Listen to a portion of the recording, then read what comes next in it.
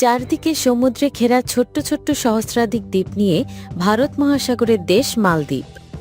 এখানে সমুদ্রের পানির রং কোথাও হালকা নীল, কোথাও গাঢ় নীল, আবার কোথাও বেশ কালো। দেশটির বালির রং সাদা।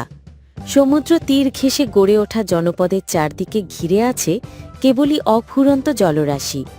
সৌন্দর্যের লীলাভূমি মালদ্বীপ।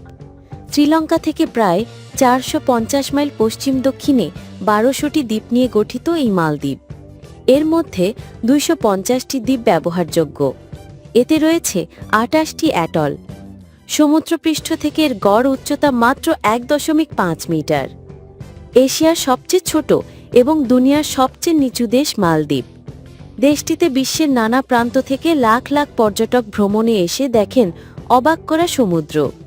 শুধু দিন নয়, সূর্যাস্তের পরও ঢেউয়ের তালে তালে জল জল করতে থাকে দেশটির বালুময় সমুদ্র সৈকত। সমুদ্রের পানি থেকে বিচ্ছুরিত হয় অদ্ভুত আলো। এ এক অসাধারণ দৃশ্য।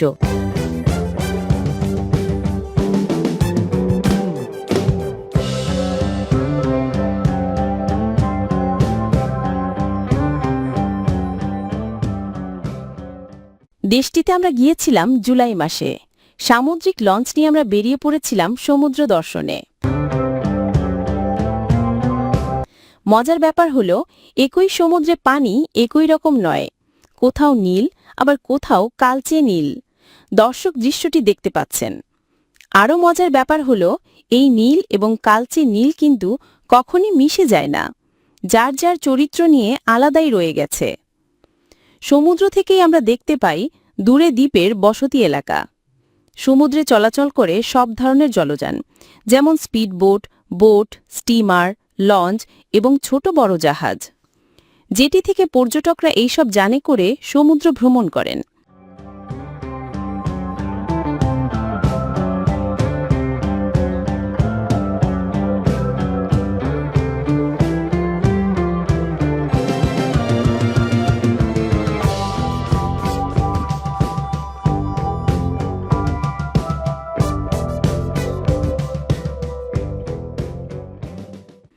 আমরা যখন সমুদ্র দর্শনে বেরিয়েছিলাম তখন সমুদ্রে খুব একটা ঢেউ ছিল না, তবে দুলুনি ছিল মারাত্মক।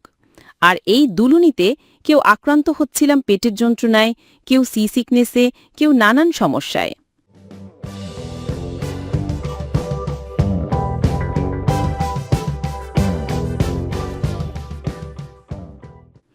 অবাক করা সমুদ্র, এই ঘন কালো নীল জলরাশি, আবার এই হালকা নীল জলরাশি। আমরা বেশ মজা করেই ভ্রমণ করছিলাম। বাংলাদেশি ছাড়াও বিভিন্ন দেশের পর্যটকরা এই ভ্রমণে অংশ নিয়েছিলেন।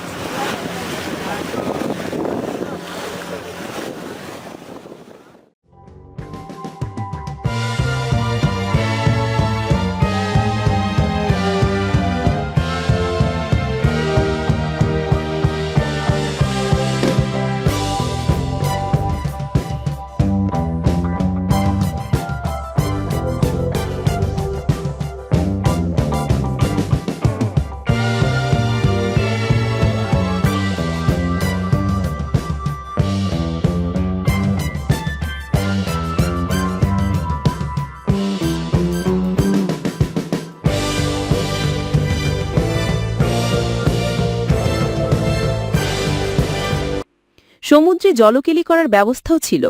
যেখানে গভীরতা কম, সেখানে জলকেলি এবং জলে নেমে আনন্দ করার মজাই অন্যরকম।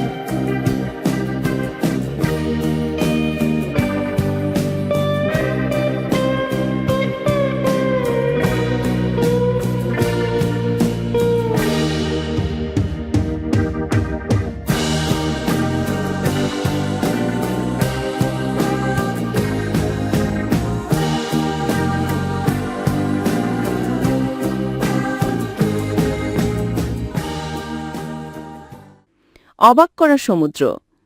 ছোট্ট দ্বীপের চারপাশ ঘিরে শুধুই সমুদ্র। এরই মাঝে বসবাস করেন দেশটির মানুষ। সমুদ্রকে ঘিরেই গড়ে উঠেছে দেশটির পর্যটন শিল্প। আয়ের প্রধান উৎসই এই অবাক করা সমুদ্র। সমুদ্র হল মালদ্বীপের অমূল্য সম্পদ। তবে কথা হল, কোন দেশেরই বা সম্পদ নেই? আছে, সব দেশেই সম্পদ আছে, কিন্তু তাকে ব্যবহার করার সঠিক প্রক্রিয়ার উপর নির্ভর করে জাতীয় আয় উন্নতি। আমরা আমাদের দেশকেও কিন্তু ইচ্ছে করলেই মালদ্বীপের অবাক করা সমুদ্র সম্পদের মতো সাজাতে পারি। এর জন্য প্রয়োজন সদিচ্ছা এবং উদ্যোগ। সেটাই আমাদের প্রত্যাশা।